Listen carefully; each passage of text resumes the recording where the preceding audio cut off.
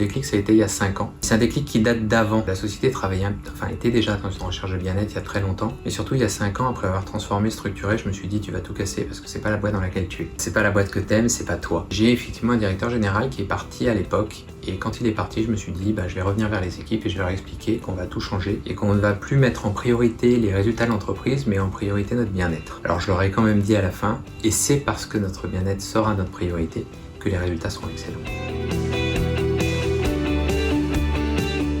Pendant très longtemps, j'étais convaincu, les gens me suivraient sur n'importe quel sujet sans se poser de questions parce que j'étais juste le patron. Le jour où j'ai décidé qu'on serait moins contrôlant et plus à l'écoute, qu'on mettrait plus d'autonomie et de responsabilité dans les équipes, je me suis dit mais comment moi je vais faire passer certains messages? Et donc je vais devoir lâcher ce côté contrôlant, j'arrive, je pose le sujet sur la table, les gens le prennent et de toute façon ils n'ont pas le choix. Et en le lâchant, je me suis rendu compte que finalement, si on installe la confiance dans l'entreprise et que les gens ont confiance en vous parce que vous avez confiance en eux, finalement, quand vous amenez un nouveau sujet, malgré tout on vous suit, on tente, on essaye. On ose vous dire ça ne marchera pas, ça change. Mais en tout cas on y va. Oui, j'ai lâché le côté j'arrive et je suis sûr de moi et je vais l'imposer, mais finalement les gens sont toujours là derrière et les projets passent et le côté visionnaire qu'on peut me trouver n'est pas altéré, il est même renforcé par le fait que les gens osent participer.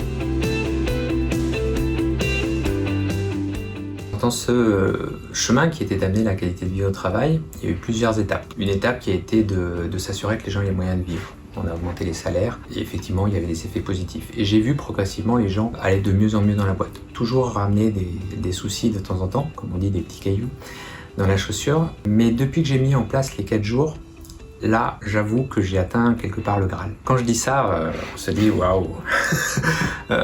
Mais en vrai, en fait, j'ai vu quelque chose que je pense que personne n'a vu d'autre à ma place, c'est-à-dire que j'ai des équipes qui sont heureuses. J'hésitais souvent à utiliser le mot heureux, bonheur, etc. Mais là, dans leur regard, dans leur sourire, dans la façon de me parler, de m'exprimer que c'est génial ce qu'ils vivent, je pense que j'ai vu quelque chose que j'imaginais même pas que je verrais un jour. Le bonheur en entreprise, mais pas en entreprise simplement, parce que ce que je me suis rendu compte, c'est que j'ai amené le bonheur dans leur vie tout simplement. Le bonheur en entreprise n'est qu'une conséquence du bonheur dans leur vie. Comme je vous l'ai dit, c'est le Graal.